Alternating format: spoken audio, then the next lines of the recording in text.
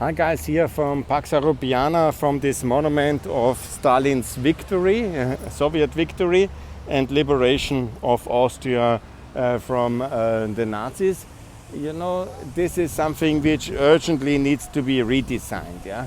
I'm not, some have suggested, for the complete removal of it and transport to Russia, because it's a key landmark here in beautiful Vienna, and it is necessary to have a monument for the Allied victory, because it's the united victory of the Allies and not only of Stalin. It's a bit too much Stalin here. I think that's something which I think should change, and it should be a Churchill monument, a big one, and the biggest one obviously for the Americans, for American President Roosevelt. And then, of course, Stalin as a war criminal should not be with a monument here. He should be erased from this part, and that would make a lot of sense. And it should be the Allied victory monument. That, I think, would make a lot of sense, and that would be, because this is all for the Red Army. They've built it during Stalin's lifetime, and it's very much for this narrative of Soviet Union, Soviet Union, Soviet Union, blah, blah, blah, blah, blah, blah. And that is not very good. Here you see, by the way, the family Schwarzenberg have put the colors of Ukraine, because obviously we should have Ukraine's victory here, and that's very important that we have this way forward. And here you see this beautiful, of course, the temple of the Austrian industry, and they are addicted to Russian gas. That also must change, and must change fast, because we should be free of Russian domination, and Russian disaster is absolutely a disaster.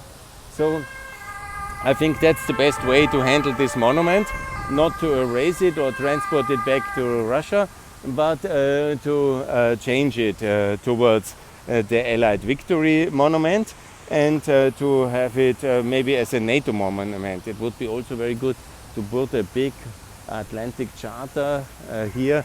I would do Atlantic Charter, then Roosevelt, because that's the start of everything, and then a monument to condemn the Stalin-Hitler pact, because Stalin allowed Hitler to attack Poland, and they divided Poland among themselves. So I think here should be, in that park, maybe a monument against the Stalin-Hitler pact. The both dictators together, Stalin-Hitler, should have a small joint monument with the photo and with the crimes explained. Then the Atlantic Charter over there, where they signed for Allied victory. And then obviously this can stay here, just a big erasing of the Stalin words. I think that would be very good. And then to rename the whole square here into NATO Square. I think that would be perfect. And also the foundation documents of the 4th of April 49 of NATO to be somewhere enshrined here together.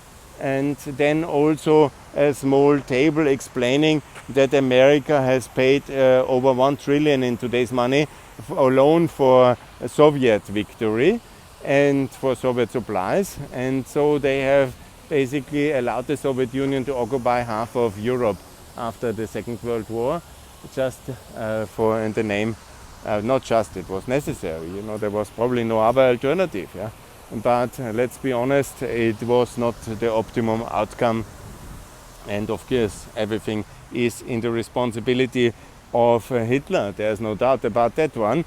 But the Hitler-Stalin Pact monument would also, I think, serve the purpose here to explain better what really happened and avoid this left-wing narrative of Soviet victory and Austrian neutrality out of gratefulness to the Soviet victory. And that would be very good. A NATO Square, I think, is the best way to put it. And I think I would really love to see the NATO Square here instead of this kind of Soviet trash culture. Yes, that would be very good. The NATO Square in Vienna. I will make a tweet on that one. Thanks a lot. More to come from Pax Europiana here from Vienna Schwarzenberg Platz. soon to be the NATO Square.